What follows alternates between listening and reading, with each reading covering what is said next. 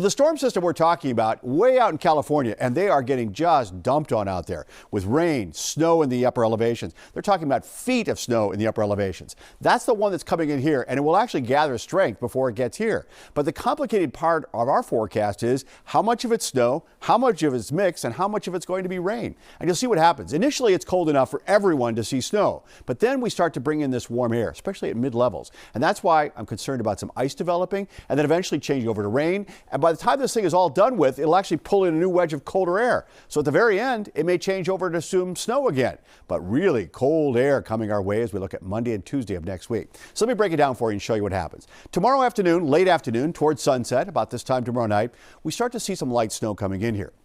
I think once we get to about 9, 10 o'clock at night, steadier snow settles in. Not a big thump of snow, but it's going to be steady throughout much of the night. And then we watch this rain-snow line here kind of lifting its way northward. So by the time you wake up in the morning, you're going to be seeing rain on Sunday morning down south of Plymouth. In Boston, it's going to be mixing, kind of rain, snowish. But out in this area, once we get to Worcester, we might see some ice starting to form, and especially into the western part of the state. This will try to work its way northward, and as it does so, it'll push that rain-snow mix way to the north. A lot of us will be in rain. If you're going up north into ski country, lots of snow up there. And then eventually this colder air comes back in. We're still talking about some wintry mix going on Sunday night at 7 o'clock. Finally, around 10, 11 o'clock at night, this thing is out of here. It's a whole day of really messy weather on Sunday. So snowfall totals around Boston about 2 to 4.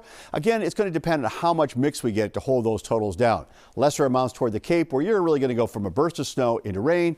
But here, it will stay snow longer. And of course, we're adding that ice situation as well. So as far as what's happening this weekend, the snow arrives towards sunset on Saturday, but then changing overnight. And that's the issue that we have going on. And there's a significant ice potential, as David was talking about a little bit earlier. Look at how much ice we're talking about. Now, we can handle a quarter of an inch. Once you start getting closer to a half inch, that's when you load up some power lines, you load up some trees, and you could have some issues. Not so much really inside of 495, but west of 495, that's where we could have some power problems as we head towards Sunday afternoon.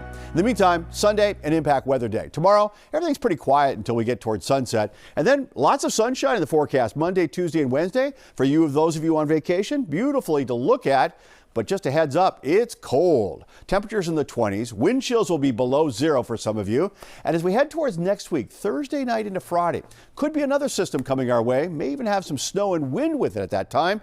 But pretty chilly next week as we start the week anyway. Ben and Jessica? I just want to ask a question. Yep. Don't go anywhere. Okay. Would you use the word nor'easter to describe next week? I might if we get a little closer to it. Okay. In other words, But we should stay tuned, though. Yeah, stay tuned definitely. But yeah, it looks like we could have a coastal element, which we've not had. These have all been kind of coming in through, and this one might have a little coastal. But that's not till next Thursday, Friday. So we'll see.